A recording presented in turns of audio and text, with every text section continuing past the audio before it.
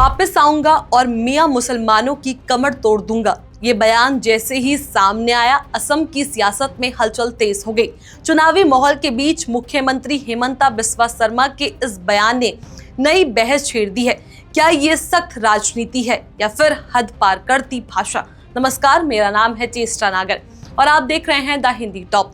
असम में चुनाव नजदीक है और जैसे जैसे तारीख करीब आ रही है, वैसे वैसे नेताओं के बयान भी तेज और तीखे होते जा रहे हैं। इसी बीच असम के मुख्यमंत्री हेमंता बिस्वा शर्मा का एक बयान चर्चा का बड़ा मुद्दा बन गया।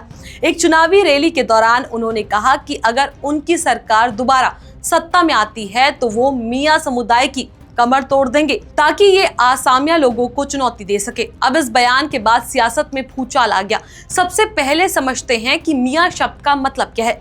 असम में ये शब्द अक्सर बंगाली मूल के मुसलमानों के लिए इस्तेमाल किया जाता है और कई लोग इसे अपमानजनक मानते हैं। हालांकि कुछ लोग इसे अपनी पहचान के तौर पर भी इस्तेमाल करते हैं, लेकिन राजनीति में जब ये शब्द इस्तेमाल होता है तो विवाद जरूर खड़ा हो जाता है। अब शर्मा के इस बयान को लेकर विपक्ष ने कड़ी प्रतिक्रिया दी। विपक्षी नेताओं का कहना है कि इस तरह की भाषा समाज को बांटने का काम करती है और चुनाव जीतने के लिए लोगों के बीच डर और विभाजन पैदा किया जा रहा है। वहीं दूसरी तरफ सरकार उनके समर्थकों का कहना है कि ये बयान अवैध अतिक्रमण और घुसपैठियों के खिलाफ सख्त कार्रवाई की बात करता है और इसे कानून व्यवस्था के नजरिए से देखा जाना चाहिए। यानी एक ही बयान को लेकर दो अलग अलग नजरिए सामने आ रहे हैं। अब पूरे मामले को समझिए तो असम में अतिक्रमण और घुसपैठ लंबे समय से बड़ा मुद्दा रहा है। सरकार का दावा है कि पिछले कुछ सालों से लाखों बीघा जमीन को अतिक्रमण से मुक्त कराया गया है और ये कार्रवाई कानून के तहत की गई। लेकिन दूसरी तरफ कई लोग आरोप लगाते हैं कि इन कार्रवाइयों का असर खास तौर पर मुस्लिम समुदाय पर ज्यादा पड़ता है और यही वजह है कि ये मुद्दा सिर्फ प्रशासनिक नहीं बल्कि राजनीतिक भी बन गया है।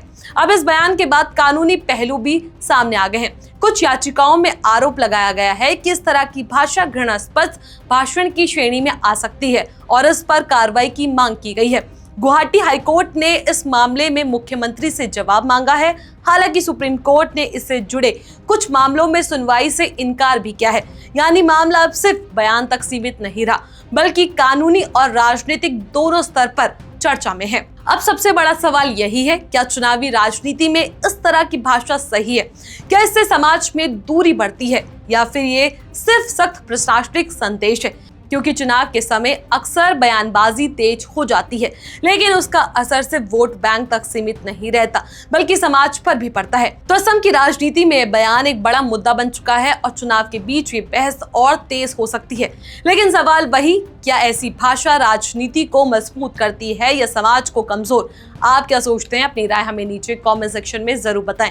ऐसी और भी वीडियोस के लिए आप हमारे चैनल द हिंदी टॉप को सब्सक्राइब कर लें। इसके अलावा आप हमें एक्स, फेसबुक और इंस्टाग्राम पर भी फॉलो कर सकते हैं।